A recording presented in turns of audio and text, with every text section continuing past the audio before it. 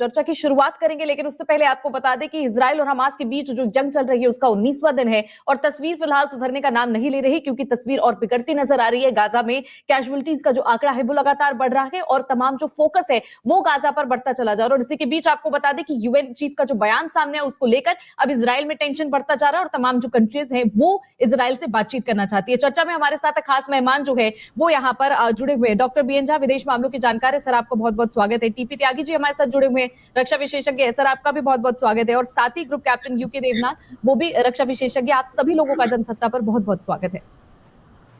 तो मैंने यूके देवनाथ जी से थोड़ी देर पहले ही बात की थी, तो उनसे मैं इस तमाम चीजों पर थोड़ी देर बाद आऊंगी। लेकिन सबसे पहले टीपी त्यागी जी, आपसे जानना चाहूंगी कि यहाँ पर जो यूएन चीफ का बयान सामने आया उसको लेकर अब इजराइल में बेहद ज्यादा गुस्सा नजर आ रहा है। तो इस बयान को देखते हुए क्या सोच रहे हैं, क्योंकि जो ये वॉर है वो फिलहाल इन बयानों से थोड़ा और जो है ज्यादा गर्म हो सकती है। और साथ ही यूएन चीफ का जो बयान आया वो थोड़ा सा हमास और गाजा की तरफ झुका हुआ नजर आया, जिसको लेकर इजराइल में गुस्सा है। हाँ, बिल्कुल। जो यूनाइटेड नेशंस के सेक्रेटरी जनरल है गुटेरस, उनके मुंह में मुझे लगता है दांत नहीं है। अगर दांत नहीं होते तो उन्होंने अर्मेनिया अजरबैजान युद्ध में कुछ किया होता, उनके दांत नहीं होते तो रशिया और यूक्रेन युद्ध में कुछ किया होता। अलावा अपील करने के या अलावा बात करने के यूनाइटेड नेशंस ने किया क्या?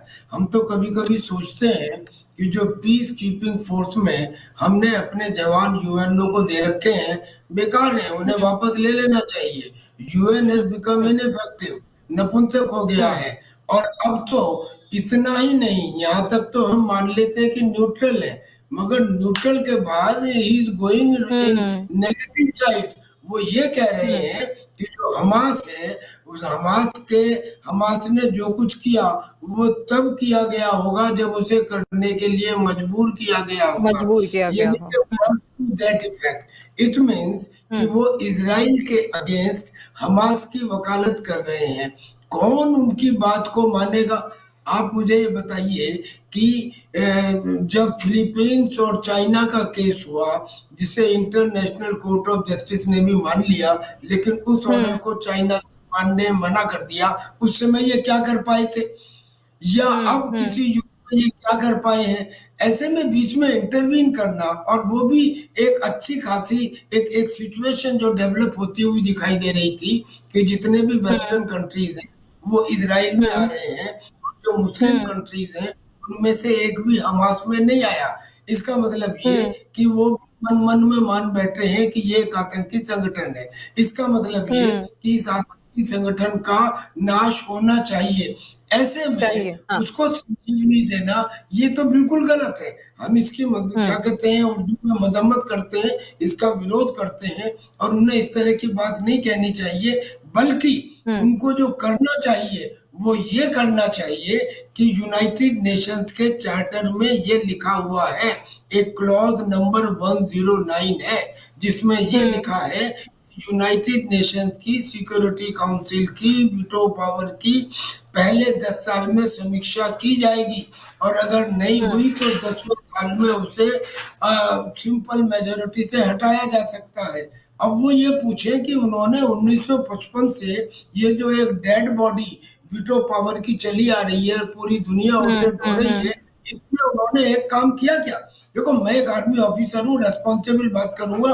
कोई चीज ऐसी नहीं है जिसको आप चेक नहीं कर सकते। मैंने आपको क्लॉज बताइए, सेक्रेटरी जनरल से पूछें, इस दुनिया के अंदर जितने युद्ध हो रहे हैं, जहां मुसीबतें हैं, this is because of veto power. एक कोई अच्छा प्रस्ताव आता है, दूसरा वीटो कर देता है, किसी को हम ग्लोबल टेररिस्ट घोषण करते हैं, दूसरा मना कर देता है। It is all because of veto power. जो 1945 के 10 साल बाद खत्म हो जानी चाहिए थी, नहीं हुई। कौन जिम्मेदार है? यूएनओ। और फिर यूएनओ के वो सब सेक्रेटरी जनरल जो उसके बाद से आज तक रहे हैं, और उन्होंने इसके ऊपर सवाल नहीं उठाए, और वो सवाल उठा रहे हैं हमास के ऊपर कि हमास को की गलती नहीं है, इजराइल की गलती है। No, this is not acceptable by any stretch of imagination. जहां सर आपने यहाँ पर टीपी त्यागी जी को सुना कि क्या कुछ उन्होंने कहा, और अब देखिए कि जो यूएन है वो यहाँ पर रूल्स और रेगुलेशन और किस तरह के वॉर में रूल्स होने चाहिए इन तमाम चीजों की दुहाई दे रहा है, लेकिन मुझे लगता है कि अब इन तमाम चीजों का वक्त जा चुका है कि जब कोई रूल माने, क्योंकि अब दोनों ही तरफ से कोई रूल जो है वो माने नहीं जाते। लेकिन पहले यहाँ पर हमने देखा कि हमास ने किस तरह की बर्बरता दिखाई, और अब इस तरह का बयान देना बेहद ही निंदनीय है। निहारिका, कल ही रात में हम सबों ने सुना हुआ है यूएन सेक्रेटरी जनरल का वो स्लर, जिसमें उन्होंने कहा था कि Hamas has not acted in vacuum. आज ही एक बड़ी अच्छी सी आर्टिकल आई है, मैं आपको और आपके सारे दर्शकों को चाहूंगा कि वो आर्टिकल जरूर पढ़ें। उसका टाइटल है Guterres blunders justifies Hamas shames UN UNSC, और इसमें पूरा का पूरा बैकड्रॉप दिया हुआ है कि किस तरह से गुतरेज ने अपने आप को जो ओआईसी है उसके खेमे में डाल लिया हुआ है। और इसका एक उदाहरण नहीं है, बहुत सारे इसमें उदाहरण दिए गए हैं। इसमें अभी तो इमीडिएट जो मामला है वो तो ये इसराइल और हमास का है। ये जानते हुए कि हमास ने नृशंस हत्या आके की है इसराइली जमीन पे, कोई भी जो सॉवरेन नेशन है इस तरह की बर्बरता को नहीं सह सकता। और यूएन के चार्टर में ही ये दिया हुआ है कि अगर आपके ऊपर में कोई ऐसा अटैक हो तो आपको इसको रिस्पॉन्ड करने का पूरी की पूरी तरह से रिस्पॉन्ड करने का आपको अधिकार है। और उसी अधिकार का आज के दिन में इसराइल ये कर रहा है, अपना उपयोग कर रहा है। और ये देखिए, अगर कोई कहेगा कि हाँ इसमें कोलेटरल डैमेज सिविलियंस के हो रहे हैं, तो बिल्कुल ठीक, कोलेटरल डैमेज सिविलियंस के हो रहे हैं, लेकिन ये सिविलियंस कौन है? जबकि इसराइल ने कहा था सारे सिविलियंस को नदर्न गाजा से कि आप वहां से निकल जाइए, ये मेरा अधिकार है कि मैं इन हमास को खत्म करूं, नष्ट-नाबूद करूं, आप वहां से सब हट जाइए। क्यों नहीं हटे हैं ये लोग? देखिए, इसमें सबसे बड़ी जो चीज है कि ये हमास के साथ में जो सिविलियंस हैं, ये लोग कौन हैं? हमास का जो स्ट्रेंथ है आज के दिन, ये चीज आप जरा ध्यान से सुनिएगा। हमास का स्ट्रेंथ आज के दिन में लगभग 50-55 हजार के आसपास में है, जिसमें कि बेयरली 15% या 20% जो है वो ईरान के हैं, जो ओरिजिनली जो वहां से आए थे उनका रिप्लेसमेंट होता रहा है।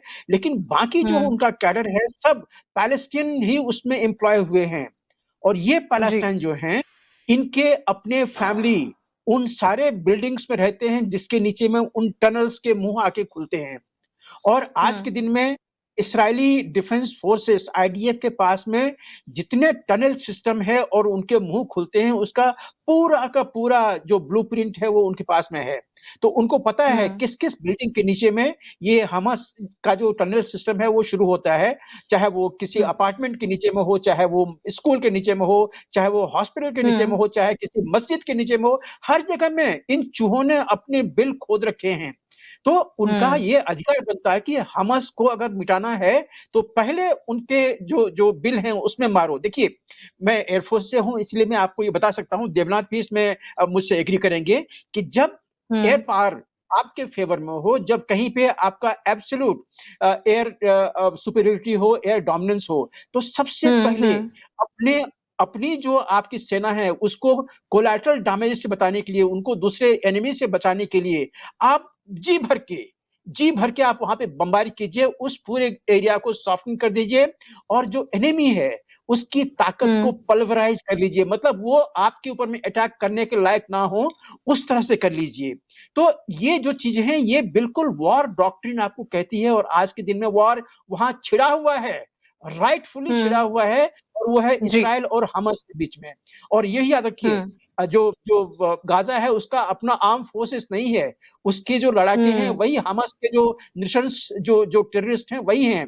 तो ये बिल्कुल जायज है, इसराइल अपने राइट में जायज है। मैंने कहा था कि लगभग 50 से 55 हजार जो है हमास के टेररिस्ट हैं, इसमें से सिर्फ और सिर्फ 15 से 20% जो है वो ईरान के हैं, बाकी वहीं के हैं। तो उनका परिवार भी उन बिल्डिंग्स में रहता है। तो जब हमास खुद कह रहा है उन सिविलियंस को कि तुम इसको छोड़ के मत जाओ, तो ऑब्वियसली वो वहां पे नहीं जाएंगे। और जब उन बिल्डिंग को गिराया जाएगा जो कि उस टनल के मुंह के ऊपर में बना हुआ है, तो उसमें जितने लोग हैं मरेंगे।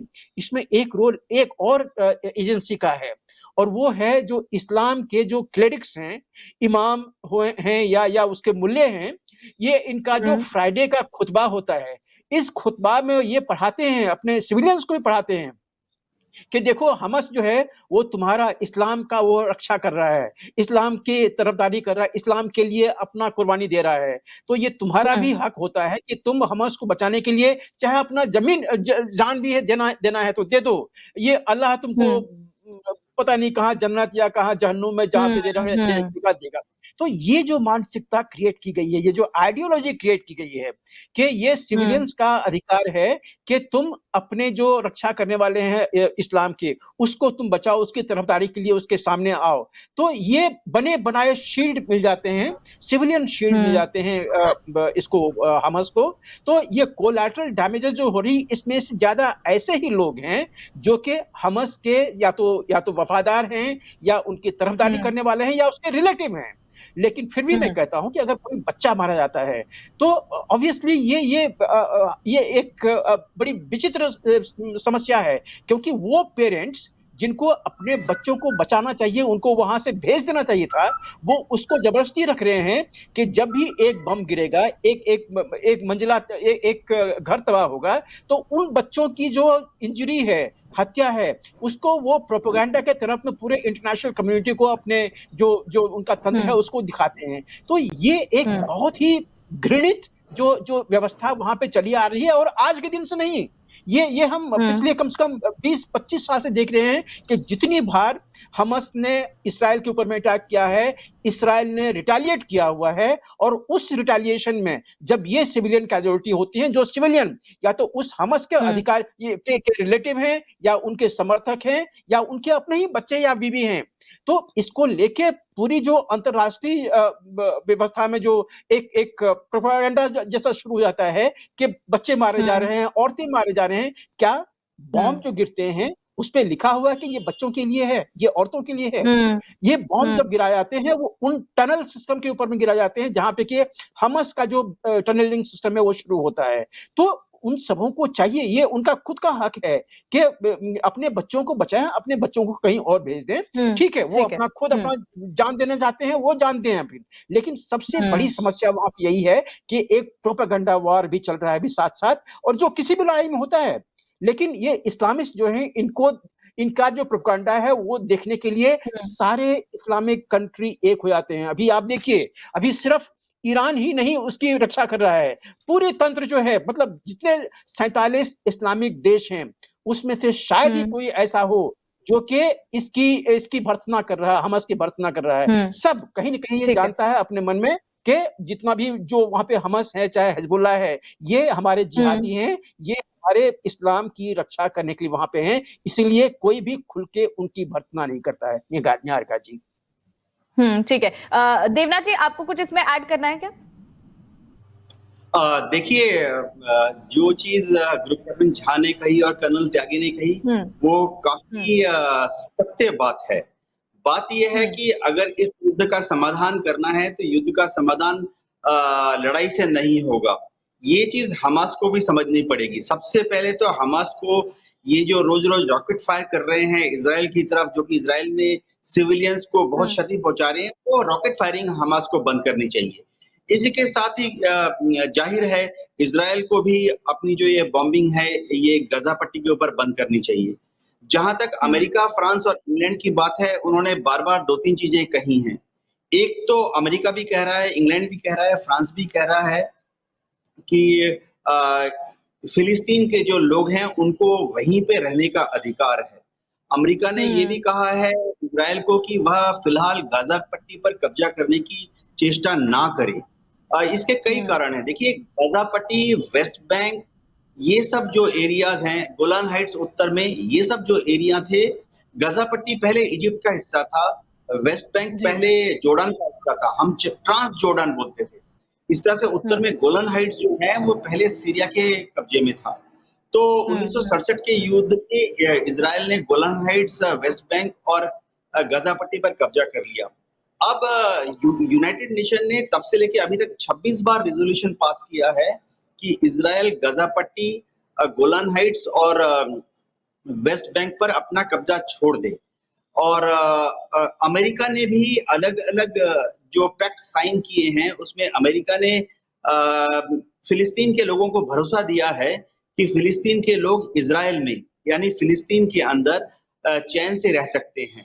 हाँ, एक टू नेशन थ्योरी है कि एक ही देश के अंदर 2 राज्य रहेंगे और दोनों को ही ऑटोनॉमी होगी। एक हिस्से में अरब लोग रहेंगे क्योंकि उनकी पुश्तैनी जमीन वहाँ पर, और वहीं पर इज़राइल के लोग भी रहेंगे क्योंकि उनका तो वहाँ हजारों साल से इज़राइल के लोगों का ज्यूज़ का रहना है। तो सबसे पहले तो हमास के लड़ाकों को चाहिए कि वो इज़राइल की तरफ रॉकेट मारना बंद करें। इज़राइल को भी चाहिए कि बमबारी को रोके, सीज़फायर के लिए एक दिन और एक समय निश्चित करें।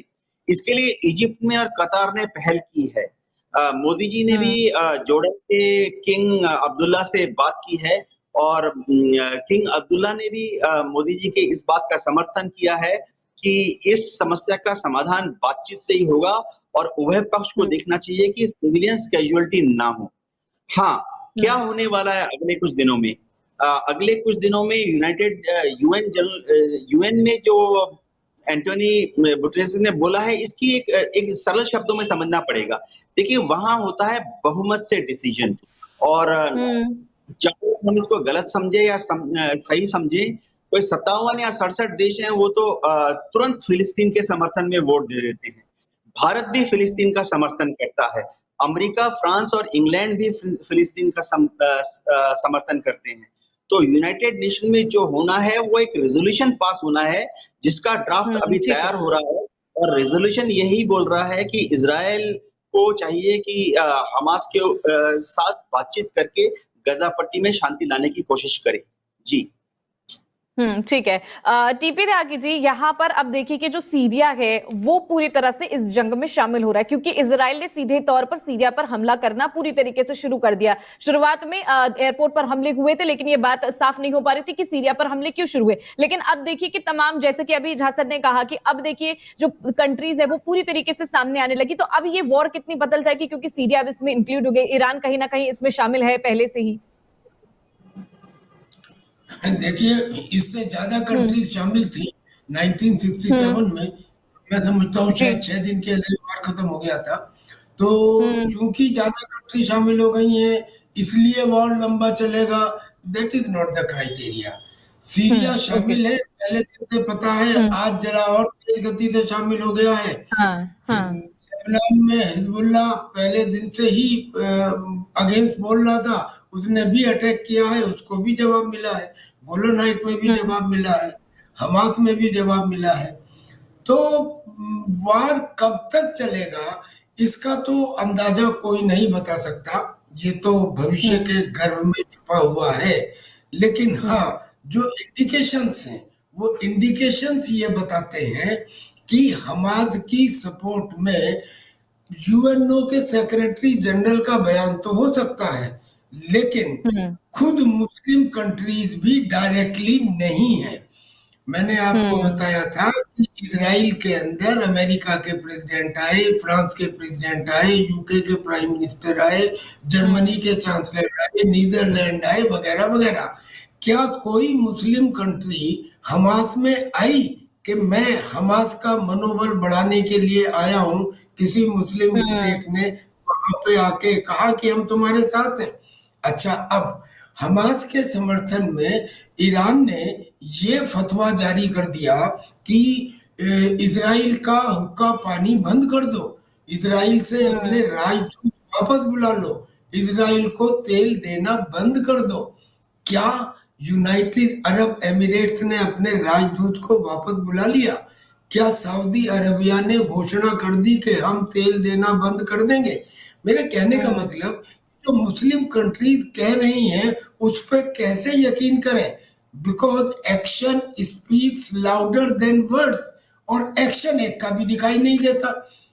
अब इवेंचुअली जैसे ग्रुप कैप्टन देवराज भी कह रहे हैं और दूसरे हमारे सर भी कह रहे हैं कि भाई इसका सॉल्यूशन बातचीत से भी है। इसमें कौन सी रॉकेट साइंस है? क्या कौन सा ऐसा पॉइंट है जो बातचीत से हल ना हुआ हो? लेकिन बातचीत से हल अगर होना होता तो इस लड़ाई से पहले भी हो सकता था। अब जब ये लड़ाई हुई है तो इस लड़ाई में जब तक कहीं ना कहीं एक साइड की अच्छी क्लियर कट बढ़त नहीं हो जाएगी, तब तक बातचीत भी नहीं होगी। क्योंकि बातचीत से अगर कोई चीज सॉल्व होनी होती, अब देखिए कॉमन सेंस की बात है, I speak from that point of view, अगर बातचीत से बात सॉल्व होनी होती तो पहले ही हो गई होती, तो फिर इस लड़ाई की जरूरत ही क्या थी।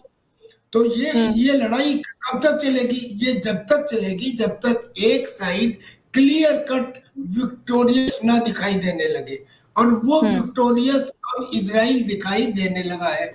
हमास के घुटनों के ऊपर आ गया है, क्योंकि जिस तरह से वहां तबाही हुई है, और जैसे झा साहब ने बताया कि वहां जो सिविलियन कैजुअलिटीज हुई हैं, अब यहाँ भी लोग कंफ्यूजन क्रिएट कर रहे हैं। लोग ये कह रहे हैं कि देखिए साहब, आप हमास के ऊपर अटैक कीजिए लेकिन सिविलियन पॉपुलेशन के ऊपर अटैक ना हो, ऐसा कैसे हो सकता है? हमास ने अपने रॉकेट लॉन्चर या तो स्कूलों में या अस्पतालों में या मस्जिदों में लगाए हुए हैं, और जैसे जहाँ साहब ने बताया कि हमास में 85% पैलेस्टीनियन है, और पैलेस्टीनियन की फैमिलीज वहीं रहती हैं, और वो उन मकानों में रहती हैं जो उन टनल्स के मुखाने के ऊपर बसी हुई हैं, और हमास के लड़ाके उनसे कहते हैं कि आप मत जाओ, क्योंकि वो उनकी फैमिली है वो भी नहीं जाएंगी, लिहाजा उनकी कैजुअलिटी होगी। जब कैजुअलिटी होगी तो वो रो रो के चिल्लाएंगे कि देखिए हमारे सिविलियंस को मार दिया, मगर ये तो इनएविटेबल था। इसमें हम कैसे बुराई कर सकते हैं? अगर वो कहते हैं बहुत सारे बच्चे मार दिए, तो क्या हमने बच्चों के नाम की मिसाइल भेजी थी? भाई उन्होंने 40 बच्चों के सर काटे, उसका जिक्र क्यों नहीं करते? तो कुल मिला के बात ये है कि Israel is eventually going to be victorious, और अब अगर इंटरनेशनल कम्युनिटी में थोड़ी बहुत बुद्धि आती है, उम्मीद कम है गुटरेज जैसे लोगों के होते हुए, अब ये इस बात को बातचीत कराएं, युद्ध रुकवाएं, बंदियों को छुड़वाएं, और इजराइल से कहें कि वो बंद करे बमबारी। अच्छा, इजराइल, एक सेकंड और, इजराइल का भी ये कहना ऐसा नहीं है कि हम एक तरफा है। इजराइल का ये कहना कि हम तो हमास को हमेशा के लिए खत्म कर देंगे, नेस्तनाबूद कर देंगे, जड़ से खत्म कर देंगे, इम्पॉसिबल। आज तक दुनिया के इतिहास में कोई आतंकी संगठन को मिलिट्री की एक्टिविटी से पूरी तरह समाप्त नहीं किया जा सका। अगर आपको उसे समाप्त तो उससे फिर बाद में आपको सिविलियन वे में उसको दूर करना होगा। उसको प्रीचर, उसको संत जो हैं और जो धर्मगुरु हैं वो विचारों को बदल सकते हैं, मिलिट्री का कमांडर नहीं बदल सकता। लिहाजा 100% हमास का खात्मा इजराइल के मिलिट्री एक्शन से हो जाए, ये भी पॉसिबल नहीं है। निष्क्रिय हो सकते हैं, निष्क्रिय कर सकते हैं।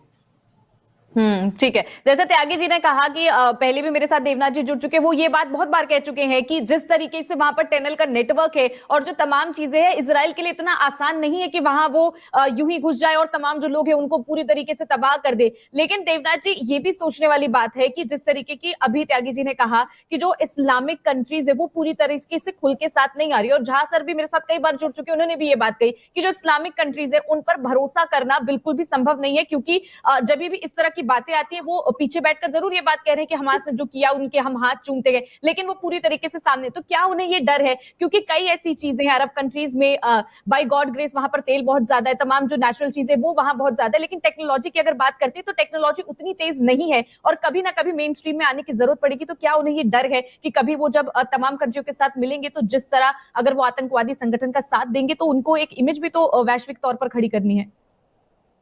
जी हाँ, इस्लामी, ये समझने की जरा बात है कि इस्लामिक देश फिलिस्तीन की सपोर्ट में इसलिए रहते हैं क्योंकि इन सब इस्लामिक देश में जो जनता है उनकी सहानुभूति फिलिस्तीन के मुस्लिम अरब भाइयों के साथ। जी। अब इजिप्ट की बात मैं बताता हूँ। इजिप्ट ने इजराइल के ऊपर बड़े बड़े 3 युद्ध किए, लेकिन उसके बाद 1976 में अमेरिका ने कैंप डेविड एग्रीमेंट साइन किया इजिप्ट के साथ, जिसके तहत अमेरिका ने इजिप्ट को लाखों करोड़ों डॉलर्स की मदद दी और 3 चीजें इजिप्ट से करवा ली। एक कि इजिप्ट जो है वो हमेशा इजराइल का दोस्त रहेगा।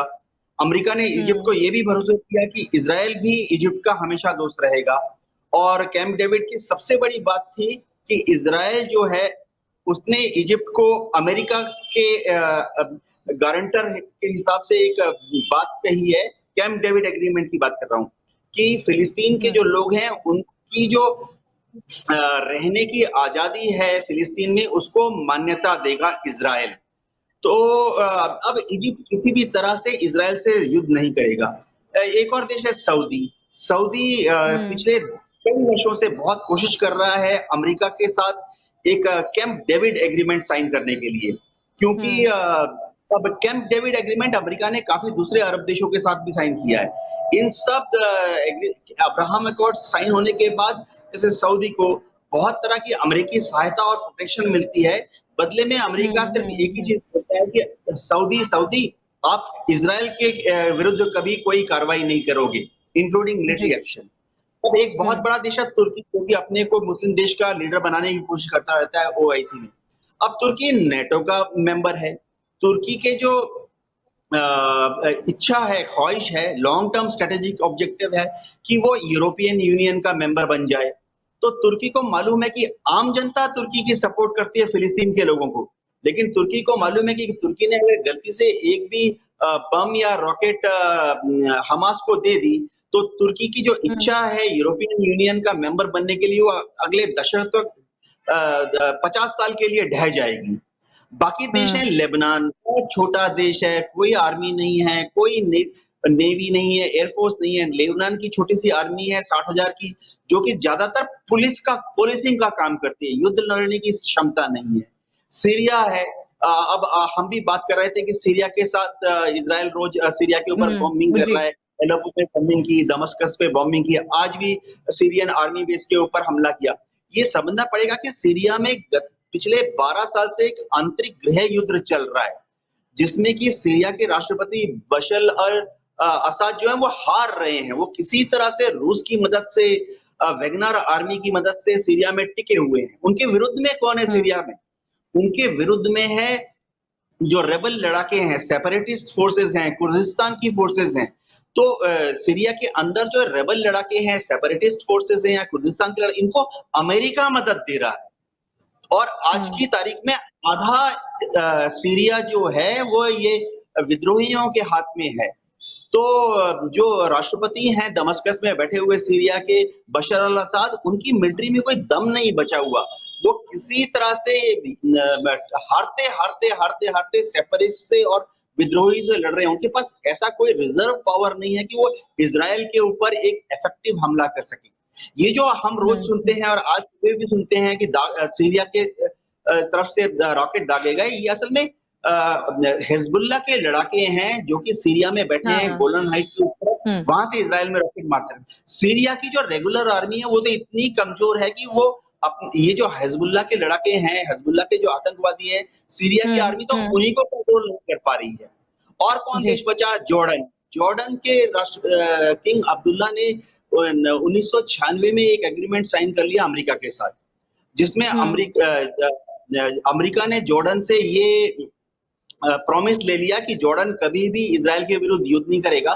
बदले में इजराइल ने क्या कहा अमेरिका के दबाव में कि जो वेस्ट बैंक है, जो कि पुराने समय में जॉर्डन का एरिया है, बदले में इजराइल को अमेरिका ने जोर डाल के कहा कि वेस्ट बैंक में कभी भी इजरायली सेटलमेंट नहीं बनाएंगे और जो वहां वेस्ट बैंक में सिर्फ अरब लोग रहेंगे। इसी के बेसिस पर जॉर्डन के राजा ने अमेरिका के छत्र छाया में इजराइल के साथ 1996 में पैक्ट साइन किया।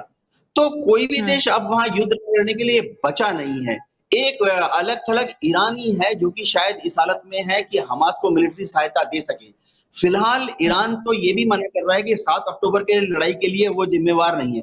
एक और चीज है, अभी तक अमेरिका का जो विदेश मंत्रालय है उसने ईरान को डायरेक्टली जिम्मेवार नहीं ठहराया हुआ, और सीआईए ने तो आके एक स्टेटमेंट ही दे दी कि सीआईए के पास कोई ऐसा एविडेंस नहीं है कि ईरान ने ही 7 अक्टूबर का जो युद्ध है वो चालू किया। तो परिप्रेक्ष्य ये है कि सारे अरब देश समर्थन करते हैं, क्योंकि अरब देश में जो प्रधानमंत्री है, अरब देश के जो प्रेसिडेंट है, अरब देश के राजा हैं, वो अपनी जनता की सपोर्ट से जिंदा हैं। उनको सिर्फ ये चिंता है कि अगर वो फिलिस्तीन के लोगों का साथ नहीं देंगे तो जैसे अरब स्प्रिंग हुआ था, अरब स्प्रिंग में सारे जनता ने अरब देशों में अपने प्रधानमंत्री, प्रेसिडेंट और राष्ट्रपति को उल्टा कर दिया था। तो अभी क्या सऊदी और क्या दूसरे अरब देश, सबके जो शीर्ष नेता हैं वो फिलिस्तीन का समर्थन करते हैं, क्योंकि उनकी जनता ये चाहती है और उनको जनता के वोट से ही तो जिंदा रहना है। जी। ठीक है। जहाँ सर ये जो बात है इसका मैं निष्कर्ष यही निकालती हूँ कि जो ये अरब कंट्रीज है, जो तमाम कंट्रीज है, तमाम जो लोग हैं वो सभी अपने पर्सनल जो उसके लिए ही ये तमाम चीजें करते हैं। आप पहले भी ये बातें कह चुके हैं कि यहाँ पर जो जिसका पर्सनल बेनिफिट होता है उसी तरह लोग जो है आगे जाकर रिएक्ट करते हैं। अगर हॉस्टेजेस पर बात करें तो मुझे ऐसा लगता है क्योंकि जो हॉस्टेजेस है उस पर देवनाथ जी से भी मैंने बात की थी, जो अभी हॉस्टेजेस है उनके हालातों का अभी जानकारी जो नहीं मिल रहा है। हालांकि 2 लोग जो छोड़े गए उन्होंने हालात बताए कि पहले इनिशियली उन्हें मारा गया था और उसके बाद फिर उनके साथ अच्छा बर्ताव किया गया था। तो क्या ये वजह है जिसकी वजह से इजराइल अभी भी रुकी हुई है और पूरी क्षमता के साथ लड़ाई नहीं लड़ रही? क्योंकि ये बात कई बार सामने आई और आज भी जो इजराइल के आर्मी चीफ है उन्होंने भी ये बात करी कि हमास का जल्द से जल्द खात्मा होगा, हम पूरी तरह तैयार है। और जो जवान है उन्होंने कहा कि सिर्फ एक इंडिकेशन की जरूरत है और उसके बाद हमास का पूरी तरह से खात्मा हो जाएगा। लेकिन क्या हॉस्टेजेस की वजह से कहीं ना कहीं जो आर्मी है उसे रोका जा रहा है क्योंकि हॉस्टेजेस को नुकसान पहुंच सकता है? निहारिका, एक चीज हमें याद रखना पड़ेगा, अभी जो इसराइल का हमास से युद्ध भी हो रहा है, ये किस परिप्रेक्ष्य में हो रहा है? ये जमीन की लड़ाई नहीं है निहारिका। पहले के जितने भी लड़ाई थे, सब जमीनी लड़ाई थी या किसी ने रॉकेट हमले किसी के सरजमीन पे, किसी के सॉवरेनिटी पे दागा था तो उसके बाद बदले में उसका रिटेलिएशन हुआ। अभी जो हुआ है, ये हमास के जिहादिस्ट जाके वहाँ के बच्चों को, औरतों को, बूढ़ों को कत्ले-आम किया, बर्बरता की, अमानवीय व्यवहार किया, रेप करके जला दिया। ये लड़ाई नहीं, मतलब ये ज़मीनी लड़ाई नहीं है। ये तो स्वाभिमान की अब लड़ाई है। क्योंकि और इस स्वाभिमान से बचने के लिए, इस स्वाभिमान को कायम रखने के लिए भी इसराइल के पास क्या बचा है? एक ही चीज़ बचा है कि जो यहाँ से ऐसा करके गया हुआ है, उसको नेस्तनाबूद कर दो। कोई भी सॉवरेन कंट्री, उसका रिस्पॉन्स यही रहेगा। अगर किसी ने आपके औरतों को, आपके बच्चों को, आपके बूढ़ों को इस तरह से जलील किया है, निर्वस्त्र करके वहाँ पे फ़ोटो ली है, तो ये रिस्पॉन्स है। और अभी की जो लड़ाई है, इसकी चल रही है, हम लोग किसी और चीज़ से इसको मिला के ना देखें। इसराइल के मन में बिल्कुल कोई शंका नहीं है। उसने कसम खाई है कि हमास को मिटाना है। वो देखिए हमास को मिटा के रहेगा। अभी कोई भी दुनिया की कोई भी शक्ति कहीं कुछ और कर ले, एंटोनियो गुटेरेस कुछ और बोल ले, ओआईसी कुछ कर ले, इसराइल अपने प्रण पे खड़ा है। वो अभी एकदम सीरियसली जो ग्राउंड जो चैलेंजेस हैं, ग्राउंड पे जो टारगेट्स हैं, उसको अभी बिल्कुल सीरियसली खत्म कर रहा है। इसके बाद जो टनलिंग सिस्टम होगी, टैंक जाएगी अंदर, एपीसी जाएगी अंदर और वहाँ पे फिर जाके टनल में चैलेंजेस शुरू होगी। टनल को वो इसलिए, टनल सिस्टम को वो इसलिए सॉफ्टन या पल्वराइज कर रहे हैं कि उनकी अपनी कैजुअलिटी, कल के दिन में जब वो ग्राउंड फोर्स उनकी जाएगी अंदर में, वो उसकी कैजुअलिटी कम से कम हो, इसीलिए अभी जितना पल्वराइज कर सकते हैं हवाई हमले से, ये जायज है उनके लिए और यही एक डिफेंस है उनके लिए। वो वहाँ पे जमीन जीतने के लिए नहीं जा रहे हैं, वो किसी और की सहायता के लिए नहीं जा रहे हैं, एक ही चीज के लिए जा रहे हैं, हमास को खत्म करना है। और हमास जो है वो एक चीज उनका क्लियर है, वो जिहादी हैं, वो जिहाद के लिए अंदर गए थे और जितने आपने वो उनके बंदूक लहराने का और जो वहाँ पे बंदी बनाया हुआ है, हॉस्टेज बनाया हुआ है, सब में एक ही चीज आपने देखा होगा, उन्होंने चिल्लाया था कि ये जो ज्यूज हैं इनको खत्म करना है, ज्यूज को खत्म करना है, नेस्तनाबूद करना है। और इसके बाद भी अभी यूएन के आगे में, यूएस में, यूके में ये चिल्ला रहे हैं कि जॉर्डन से लेके मेडिटेरियन सी तक सिर्फ और सिर्फ इस्लाम होगा और कुछ नहीं रहेगा। मतलब उनका जो इंटेंट है वो बिल्कुल टारगेटेड एंटी ज्यूज जो है, एंटी सेमिटिज्म जो है वो चीज है। तो अभी की लड़ाई जमीन की नहीं है, ये अभी इसराइल का स्वाभिमान है और हम सब चाहेंगे कि इसराइल अपने इस स्वाभिमान को की खुद रक्षा करे, जो कि वो समर्थ है।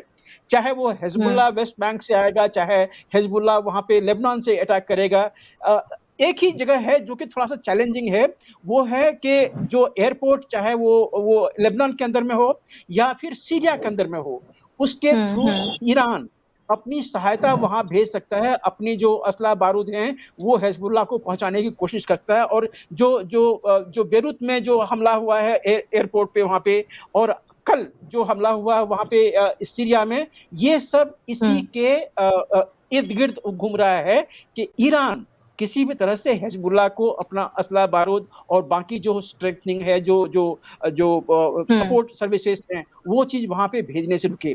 तो ये लड़ाई जो है वो ज़मीन की नहीं है, ये 2 nation theory, 3 nation theory, 100 nation theory या 0 नेशन थ्योरी नहीं है ये। ये सिर्फ एक चीज़ है कि जो चीज़ जो हमास इस्राएल की धरती पे करके गया है, जो उसकी जो आबरू को छेड़ के गया है, उस हमास को नेस्तनाबूद करना है, उससे पहले ये नहीं रुकेगा। कल से अब ये जितने भी ह्यूमैनिटेरियन एजेंसीज हैं, उसमें से ज़्यादातर जो हैं वो ओआईसी और वो सहानुभूति उनकी वो गुटरेज़ के है। गुटरेज़ अगर कहता है ऐसा, उसने कहा ना कि this is not in the vacuum, Hamas has not come on the vacuum. ये उससे इंस्पिरेशन लेते हैं। अब कल से ये कहानी शुरू हो गई वहाँ पे। अब गाज़ा में 1 दिन का फ्यूल बचा है, उसके बाद ये कुछ नहीं दे पाएँगे। देखिए गाज़ा में हमास के पास में किसी चीज़ की कमी नहीं है। इस्राएल ने ये भी कहा है कि वहाँ पे अभी भी फ्यूल इतनी है कि पूरा का पूरा टनलिंग सिस्टम आजकल उनका लाइटिंग वहाँ पे है। वो दिवाली है उसके अंदर में। जो लेडी अभी जो आई है ना, एक जो इस्राएली एल्डरली लेडी को कल उन्होंने छोड़ा हुआ, उन्होंने एक-एक चीज़ को बयान करके कहा है, चाहे पूरा का पूरा गाज़ा अंधेरे में क्यों ना हो, वहाँ जो मकड़ी का जाल बना रखा है उन्होंने अंदर में टनलिंग सिस्टम का, वो सब ब्राइट लिट है। वहाँ पे किसी चीज़ की कमी नहीं है, वहाँ पे लाइट है, वहाँ पे वेंटिलेशन सिस्टम है, वहाँ पे पानी साफ करने का अच्छा है, वहाँ पे तो वो शैम्पू और कंडीशनर उन्होंने कहा कि उनके बाथरूम में वो शैम्पू और वो कंडीशनर्स तक है वहाँ पे है। तो हमास किसी भी तरह से अपनी जो क्षति है वो नहीं झेलना चाहता है और इसीलिए फ्यूल को अपने अंदर में होल्ड किया हुआ है। तो इस्राएल अपने मामले में वो बिल्कुल लेकिन जहां सर आपने कहा कि यहाँ पर तमाम चीजें, लेकिन अब देखिए कि अस्पताल को, स्कूल को, बच्चों को और तमाम चीजों को यहाँ पर जो है वो एक तरीके से बताते हुए नजर आ रहे कि देखिए कि तमाम लोग यहाँ पर जो कैजुअलिटीज है बढ़ती चली जा रही है, लोगों को इतनी परेशानी हो रही, तमाम चीजें खत्म हो रही, इन तमाम चीजों को उन लोगों ने निशाना बनाया और उसके पीछे एक पूरा जो टेरर ब्रिगेड है वो खड़ी करते हुए नजर आ रही है। बताता हूँ निहारिका, अगर भारत में ऐसा होता तो अंतरराष्ट्रीय कम्युनिटी या यही की अपनी कम्युनिटी सवाल किससे पूछती? नरेंद्र मोदी से, मोदी सरकार से, या जो भी गवर्नमेंट उस दिन है उसी से पूछेगी ना, तो आपने ये क्यों किया हुआ है? क्या कोई भी एजेंसी आज के दिन में हमास का जो पॉलिटिकल विंग है, एडमिनिस्ट्रेटिव विंग है, जो कि गाजा को रूल कर रहा है, उससे पूछ रहा है कि आपने अपने सिविलियंस को ये जो पेट्रोल जो आपने बंद कर दिए हैं, ये फ्यूल बंद कर दिए हैं, खाना बंद कर दिया है, क्या आपने अपना खाना बंद किया हुआ है? आपने सिविलियंस के खाना क्यों बंद किए हैं? कोई सवाल पूछ रहा है उनसे? नहीं पूछ रहा है। हॉस्पिटल्स, कोई क्या पूछ रहा है कि जब आपको इस्राएल ने ये वार्निंग क्लियरली आज से 10 दिन पहले दे दी है कि पूरा का पूरा नदन जो एरिया है उसको खाली कर दो। आपने पहला दिन में कहा कि नहीं, हम 24 घंटे में अपने पेशेंट को शिफ्ट नहीं कर सकते हैं। आज के दिन में 10 दिन हो गए हैं। वहाँ पे पेशेंट्स कहाँ से आ रहे हैं आपको? जबकि वो पूरा का पूरा एरिया खाली कर दिया गया है, तो वहाँ पे पेशेंट्स कहाँ से आ रहे हैं? तो हमास जो है वो खुद ही उसका जिम्मेदार है। ये इंटरनेशनल कम्युनिटी, चाहे वो ह्यूमन राइट्स हो, चाहे यूएन हो, ये उनसे नहीं पूछ रही है। आज के दिन में ये जो वोल्कर टर्क हैं, ह्यूमन राइट्स एजेंसी के चीफ आज के दिन में वोल्कर टर्क हैं। कोई उससे क्यों नहीं पूछता है कि जब यहाँ पे अफगानिस्तान में हिंदुओं का, सिखों का आज से 2.5 साल 3 साल पहले टोटल जीनोसाइड हो गया था, तो क्या human rights commission, human rights जो उनकी कमीशन जो है, एक भी फैक्ट फाइंडिंग टीम भेजी थी यहाँ पे? नहीं, उनको उससे कोई मतलब नहीं है। वो तो छोड़िए, वो तो हमारे हिंदू और सिख वहाँ पे उनका नरसंहार हो गया है। यहीं पे जो यूएन जो पूरी के पूरी इस्लामिक नेशंस हैं, जहाँ पे के सैकड़ों युद्ध चल रहे हैं आज के दिन में, चाहे वो यमन हो, चाहे सीरिया हो, इराक हो, अफगानिस्तान हो, हर जगह में ये या तो किसी दूसरे से लड़ाई कर रहे हैं या ये अपने आप में कट मर रहे हैं। इनके पास में बंदूकें कम नहीं हैं, लेकिन खाना, वो ह्यूमन राइट्स फूड प्रोग्राम, वो उनसे आना चाहिए फ्री में। ये लोग जिहाद में लगे हुए हैं, इनको जिहाद से फुर्सत नहीं है। खाना यूएन ह्यूमन राइट्स के फूड प्रोग्राम जो है वो उनको दे। तो ये सब सारी चीजें जॉइंट एड्रेस है, मतलब ये आइसोलेशन में नहीं है, ये अलग अलग सैलोज में नहीं है, ये सब जॉइंटली आपको देखना पड़ेगा। और यहीं पे कहीं ना कहीं ह्यूमन राइट्स कमीशन जो है वो ढीली पड़ रही है, वो फीकी पड़ रही है, वो बायस दिख रही है, वो बिल्कुल एक तरफा दिख रही है। तब अगर गुतेरेस ने कल कहा है कि this should not be seen as a vacuum, Hamas has not acted in the vacuum, इसकी भर्त्सना बहुत कम देशों ने की है। लेकिन जैसे मैंने आपको बताया, ये जो आर्टिकल आज आया हुआ है उसको जरूर पढ़ें आप। तो ये सब चीज़ें दिखाती हैं कि वहाँ पे किस तरह की कॉम्प्लेक्सिटी है और आज के दिन में ठीक है। ये सब चीज़ें बिल्कुल ज़ाहिर जैसी हैं। ठीक है। त्यागी जी, आपने यहाँ पर सुना कि झा सर ने बहुत सारे जो सवाल है वो खड़े किए, क्योंकि ये बात साफ है कि कितना भी आप ये कहें कि वैश्विक तौर पर इन तमाम चीजों की बहुत लोग भर्त्सना कर रहे हैं, लेकिन वाकई जो हमास में चल रहा है और गाजा में चल रहा है उसकी वाकई यहाँ पर पहले भी जो तमाम चीजें कभी फैक्ट फाइंडिंग कोई टीम नहीं भेजी गई और ना ही ये पता है, क्योंकि पहले कई बार झा सर ये बात कह चुके हैं कि हमास खत्म हो जाएगा तो कोई और नया पैदा हो जाएगा, और साथ ही अभी तक सिर्फ हम सिम्टम्स जो है उसको ही ट्रीट करते आए हैं, जो बीमारी है वाकई उसको काट के हटाना बहुत मुश्किल काम है। ये भी ठीक कह रही हैं, आप भी ठीक कह रहे हैं, झा साहब भी ठीक कह रहे हैं। ये जो आतंकी संगठन है असलियत में इनको बनाया भी तो उन्हीं देशों ने है जो आज उनके खिलाफ लड़ रहे हैं। अल-कायदा को किसने बनाया? अल-कायदा को अमेरिका ने बनाया। ऐसे ही चाहे हमास हो या हिजबुल्लाह हो या लश्कर-ए-तैयबा हो या जैश-ए-मोहम्मद हो, हर संगठन को किसी एक पर्टिकुलर पर्पस के हिसाब से बनाया गया, और जब वो पर्पस खत्म हो गया उसके बाद में वो संगठन बुरा हो गया। आतंकी संगठन उससे पहले वो अच्छा था, जब वो बुरा हो गया तो उन्हीं के खिलाफ एक्शन करने लगा जिन्होंने बनाया था। हिंदुस्तान में भी ये हुआ है, जो भिंडरवाला था उसे किसने बनाया सब जानते हैं। तो इनका आतंकी संगठनों का बनना ये एक पुरानी प्रक्रिया है। पॉलिटिक्स को इसीलिए गंदा माना जाता है या अच्छा माना जाता हो, राज करने के लिए लोग दहशत फैलाने के लिए, अपनी संप्रभुता कायम रखने के लिए ऐसे आतंकी संगठनों को पैदा करते हैं। लेकिन ये 21वीं सदी है। 21वीं सदी में हमारी जब ये G20 की मीटिंग हुई तो उसमें ये कहा गया और कहा नहीं गया, इसके ऊपर जितने देश वहाँ आए थे जिसमें पूरी की पूरी अफ्रीकन यूनियन भी शामिल हो गई थी, उन्होंने ये साइन किया कि आतंकवाद अच्छा हो या बुरा हो, छोटा हो या बड़ा हो, एक देश में हो या दूसरे देश में हो, एक समय में हो या दूसरे समय में हो, यानी कि हर मैनिफेस्टेशन में आतंकवाद के प्रति जीरो टॉलरेंस रहनी चाहिए। इतना ही नहीं, उसमें यह भी कहा गया कि जो देश ऐसे आतंकवाद का या आतंकवादियों का समर्थन करेंगे उनकी जिम्मेदारी भी तय की जानी चाहिए। अब इसका क्या मतलब हुआ कि जो सेक्रेटरी जनरल हैं, क्या उन्होंने अरब कंट्रीज की, जो अरब लीग में 20-22 कंट्री हैं, या ऑर्गेनाइजेशन ऑफ इस्लामिक कोऑपरेशन जिसमें 57 कंट्रीज हैं जिन्होंने आतंक का साथ दिया है, क्या सेक्रेटरी जनरल ने उनसे कहा कि तुम अभी अभी साइन करके आए हो और G20 के अंदर ये साइन हुआ है, उसके बावजूद आप आतंक का समर्थन कैसे कर रहे हो?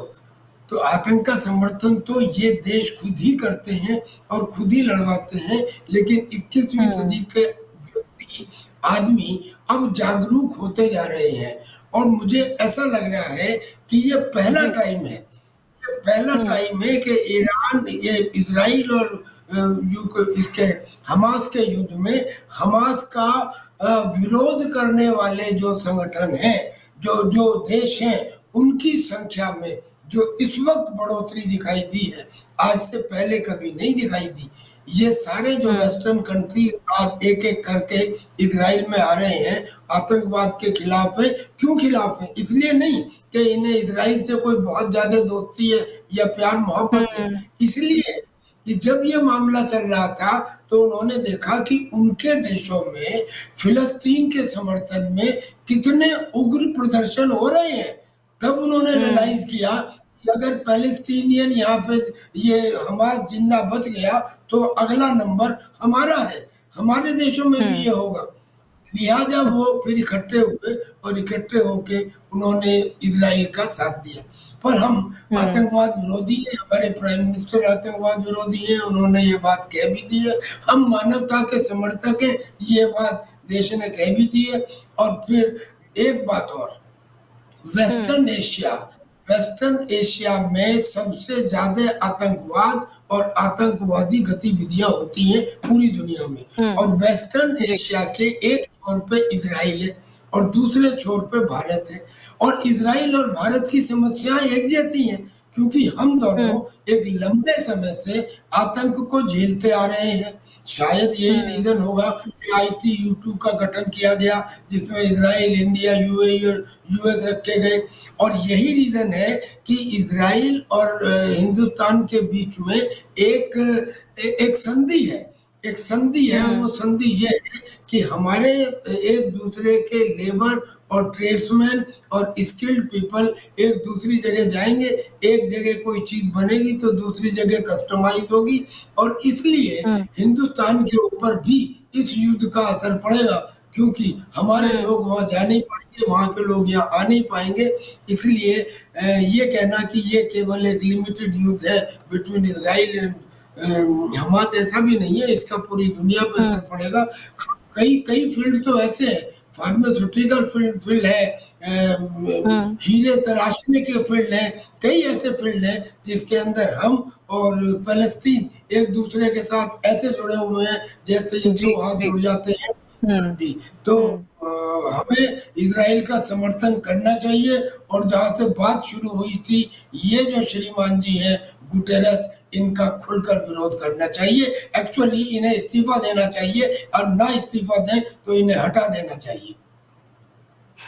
ठीक है त्यागी जी, और जहां सर आप मेरे साथ जुड़े उसके लिए बहुत बहुत शुक्रिया। लेकिन जो चर्चा है वो लगातार इसी तरह कई बार और जारी रहेगी, क्योंकि अभी फिलहाल युद्ध पर विराम लगता तो नहीं दिख रहा है, और तमाम जो चर्चा है वो इसी तरह चल रही है। और इजराइल की तरफ की अगर बात करें और चाहे हमास की तरफ की बात करें, लगातार जो कैजुअलिटीज का आंकड़ा है वो लगातार यहाँ पर बढ़ता रह रहा है। फिलहाल जितनी भी जानकारी आपने दी और आसान शब्दों में जनता को जो अपनी बातें बताई, उसके लिए बहुत बहुत शुक्रिया।